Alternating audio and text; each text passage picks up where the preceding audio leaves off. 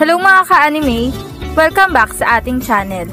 At bago tayo mag-umpisa sa panibagong kwento, mag-i-intro muna tayo.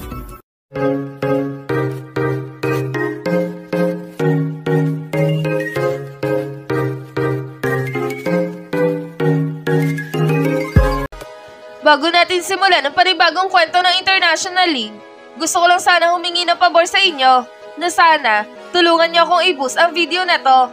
Sa simpleng pag-share lang ng ating video ay napakalaking tulong na nito sa akin. At gusto ko lang sana ipaalala sa inyo na paulit-ulit na ang kwentong ito ay isang fan-made lamang na nabasa ko lang sa isang site at hindi ito kasama sa totoong kwento ng Slam Dunk. Ngayon, kung nagustuhan niyo ang ganitong kwento, please pa-like ng ating video at pa-follow na din sa ating Facebook page na Tagalog Anime Manga. Tara, umpisahan na natin ang chapter 177 ng International League. Nagawa ang mabawi ng Shouko ang bola mula sa Dream Team na labis na ikinatuwa talaga ng buong manonood. Habang itong si Rukawa naman ay akmang gagawa na nga ng isang slam dunk.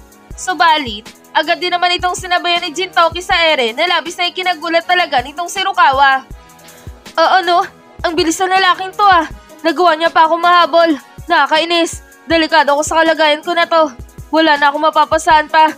Siguradong butatang aabutin ko sa lalaking ito. Yan naman ang sabi ni Rukawa na naging dahilan upang tuluyan na nga siyang masupalpal ng malakas nitong si Jintoki. At ang bolang nasupalpal ni Jintoki ay tumama nga sa ring ng Shouko at tumalbog ito pa itaas. Nang biglang nagulat ang buong manonood, kahit pa ang coach ng Dream Team at si Coach Chansay. Dahil na nga sa biglang may isang napakalaking anino ang tumabon kila Jintoki at Rukawa. At ito ay walang iba kundi itong si Hanamichi na sobrang taas na ng talon at malapit na ang kamay nito sa bolang nasupalpal ni Jintoki. Huwag ka muna magsaya, Jintoki! Dahil hindi nyo pa naman nakukuha ang bola mula sa amin. Ngayon, humanda ka. Dahil sa posisyon na ito, sisiguraduhin ko na wala nang kahit na sino pa ang makakapigil sa amin. Yan ang sigaw ni Hanamichi. Sabay kuha sa bolang nasupalpal ni Jintoki, sabay gumawa ito ng Tuhan Monster Slam Dunk na talaga namang nagpayanig sa buong ring ng Shouko.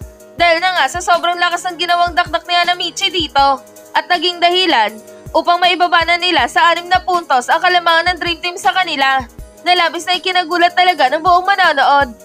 Grabe yung ginawa ng number 10. Sobrang taas ng kanyang talon at yung dakdak niya sa ring para bang sisirain niya na ito. Grabe talaga. Nakakilabot ang ginawang dakdak na may pulang buhok na ina.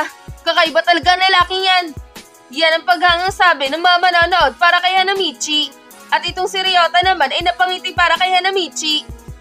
Ay Sakuragi, nakakilabot ang ginawa mong dakdak ah. Siguradong pasok sa top 10 dak ang ginawa mo na yon. Yan ang nakangiting sabi ni Ryota. Basic lang para sa akin yun, kulot. At sa totoo lang, patikim ko pa lang naman ang ginawa kong dunk na yon. Humanda sa atin yung Dream Team dahil tayo naman ang hahabulin nila at sisiguraduhin kong tayo naman ang tatambak sa kanila. Tara na mga kasama, depensa na. Kunin ulit natin ang bola mula sa kanila. Yan ang sigaw ni Hanamichi na talaga namang sobrang seryoso. Habang itong si Jintoki naman ay biglang tinawag ang referee. Hoy ref, violation yung ginawa ng may pulang buhok na to ah. Ang tagal niyang nakalambitin sa basket. Yan ang pagre-reklamong sabi ni Jintoki. Wala naman ako nakikitang mali sa ginawa ng may number 10. Kaya lang naman siya hindi nakababa agad dahil nga nasa ilalim kayong dalawa na may number 11. Kaya naman, walang violation na may tatawag doon at basket counted ang kanyang nagawa. Ngayon, ituloy niya na ang laban at iwasan ang pagre-reklamo. Yan naman ang sabi ng referee. Habang itong si Hanamichi naman ay biglang natuwa sa sinabi ng referee. Tama nga ang referee. Nakaharang kasi kayo sa akin kaya naman hindi ako nakababa agad sa ring. Pero sa susunod, tumabi agad kayo sa ring para naman hindi na kayo nagre-reklamo. Yan naman ang sabi ni Hanamichi. Ang yabang na lalaking to ah. Akala mo talaga may bilang siya sa kupunan nila. Humanda ka sa akin dahil babawian kita may pulang buhok ka. Hindi ako papayag na hindi kita mabawian. Yan naman ang sabi ni Jintoki sa kanyang sarili na talaga namang naiinis kay Hanamichi na biglang sumigaw itong si Ayako. Shouko! Depensa na! Huwag niyo nga hayaan na makabawi ang Dream Team sa inyo. Kaya naman, gawin niyo na ang sinabi ni Coach Hansik sa inyo. Kailangan mapigilan niyo sila sa posisyon na ito. Yan ang sigaw ni Ayako. Grabe itong si Hanamichi no. Akala ko talaga magagawa na naman makuha ng Dream Team ang bola mula sa kanila. Buti na lang mataas tumalon nitong kaibigan natin. At nagawa niya makuha ang bolang nasupalpal nitong si Jintoki. Ngayon, 6 na puntos na lang ulit ang lamang ng Dream Team sa kanila. Kailangan magawa ulit nilang makuha ang bola dito upang maibaba pa nila lalo ang score. Yan ang usapan ng mga tropa ng Shouko.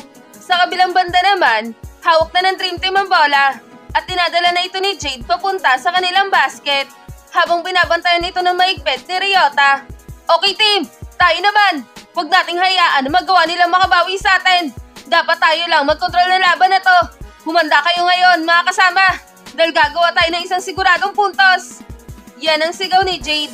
Sabay dribble ng bola papunta sa kanilang basket. Habang itong si Ryota naman ay talaga namang sobrang higpit ng ginagawang depensa kay Jade. Nang bigla nitong sinundot ang bola mula sa kanang kamay nitong si Jade.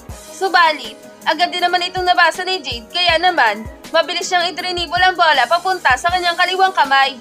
Anong ginagawa mo, Bansot? Akala mo ba madadali mo ako sa ganyang depensa mo?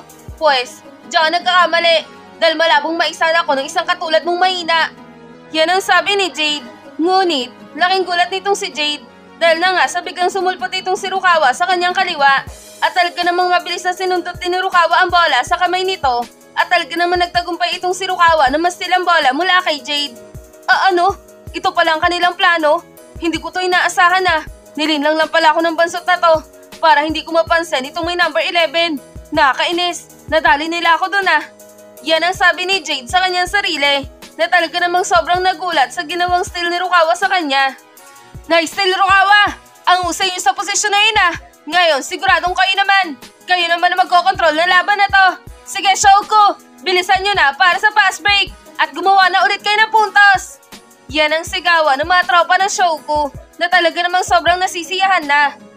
Ayos gumaganda ang depensa ng Shouko. Mukhang ito talaga ang ginawang plano nitong si Coach Hansai. Ang pabagalin ng opensa ng Dream Team. Dahil simula ng dikitan agad ang Shouko ang opensa ng Dream Team, hindi na makaarangkada ang Dream Team sa pagpuntos. Maganda ang simula ng laro nila mula nang humingi ng timeout itong si Coach Hansai. Yan ang sabi ni Zeto.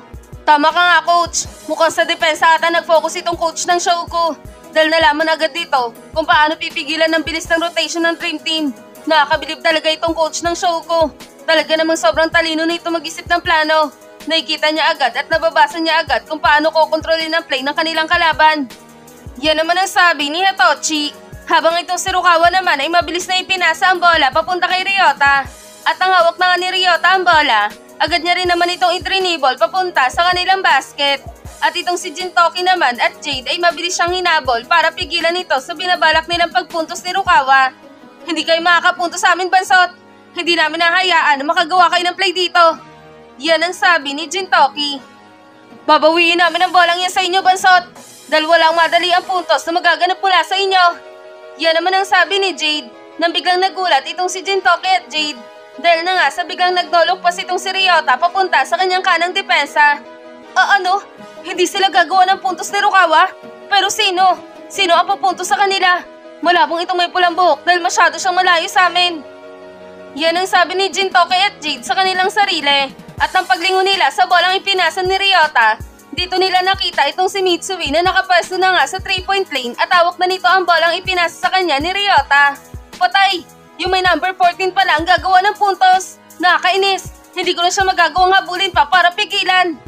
Yan ang sabi ni Jintoki sa kanyang sarili na talaga namang nangangamba dahil hawak na nga ni Mitsui ang bola. Nice pass, Miyagi! Ngayon, isang siguradong puntos na naman ito. Sige, Dream Team! Iwanan niyo pa ako! Huwag niyo akong depensa na makita niyo kung sino nga ba ang manlalarong binabaliwala ninyo. Yan ang sabi ni Mitsui na talaga namang nakangiti. Sabay tumalo na nga ito at tumira ng isang napaka-solid na tres. At dahil sa walang nakasabay na kay Mitsui, nagawa nitong maipasok ang bola sa kanilang basket na naging dahilan upang maibabanan nila sa 3 puntos ang kalamangan ng Dream Team sa kanila. Nalabis na ikinagulat talaga ng coach ng Dream Team. Ano? Nakapuntos na naman sila laban sa amin? Hindi ito maaari. Sa maikling minuto lamang, nagawa na nilang maibaba sa 3 puntos ang kalamangan namin sa kanila. Hindi ito maganda para sa amin Nakakainis. Ano bang nangyayari? Bakit biglang nagbago ang laro nila? Yan ang sabi ng coach ng Dream Team sa kanyang sarili na talaga namang sobrang nagulat sa ginawang play ng Shouko. Nakita niyo ba yun mga kasama? Isang malinis na 3 points na naman ang nagawa ng Shouko na nagresulta para maibaba nila agad sa 3 puntos ang lamang ng Dream Team sa kanila. Mukhang nakakabawi na ang Shouko sa laban na to Yan ang sabi ni Yamato. Tama ka nga, Yamato.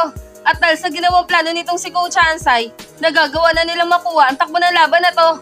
At mukhang magiging kalmado na ulit ang Shouko dahil hindi na ulit sila natataranta sa laban. Yan naman ang sabi ni Kenji.